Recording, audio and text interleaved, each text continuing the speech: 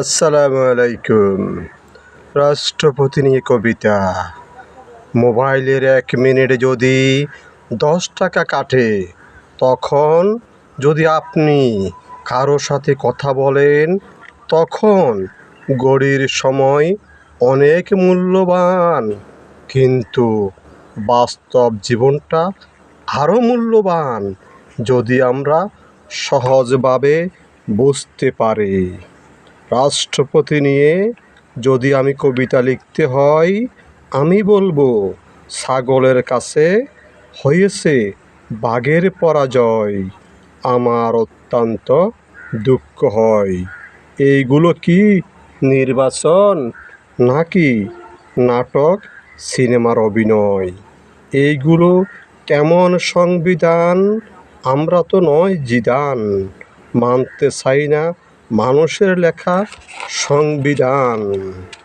আমি এক আল্লাহর গোলাম, প্রিয় রাসূলের উম্মত, শ্রেষ্ঠ মানব জাতি।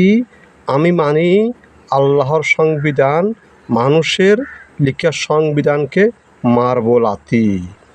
আর কতদিন থাকবো অন্ধ? এইসব হবে কবে বন্ধ?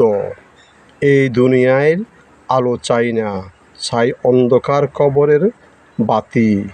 আমি জাহান্নামী হতে চাই না, আমি হতে চাই জান্নাতি। আল্লাহর সংবিধান না মানলে তুমি ইবলিশ, শয়তানের নাতি। এই চৈত্র মাসে আখিরাত থাকবে না, থাকবে তখন কাতি। তুমি কাপুরুষ হইও না, হয়ে যাও বীরের সাথী। কবিতাটি লিখেছেন প্রতিবাদী কবি সাইফুল।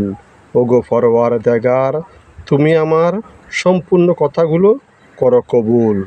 আমিন আমিন। প্রিয় দেশবাসী, কবিতাটি কেমন হয়েছে অবশ্যই জানাবেন। মানুষের সংবিধান বাদ দিয়ে মহান মালিকের সংবিধান পালন করার চেষ্টা করুন। যিনি আপনাকে জন্ম দিয়েছে, তাকে যদি বাপ না ডেকে অন্যকে ডাকেন, আপনার বাবা কি মেনে নিবে? ওইভাবে চিন্তা করুন, অবশ্যই বুঝতে পারবেন। ভুল ত্রুটি হলে ক্ষমার দৃষ্টি দেখবেন। আল্লাহ হাফেজ।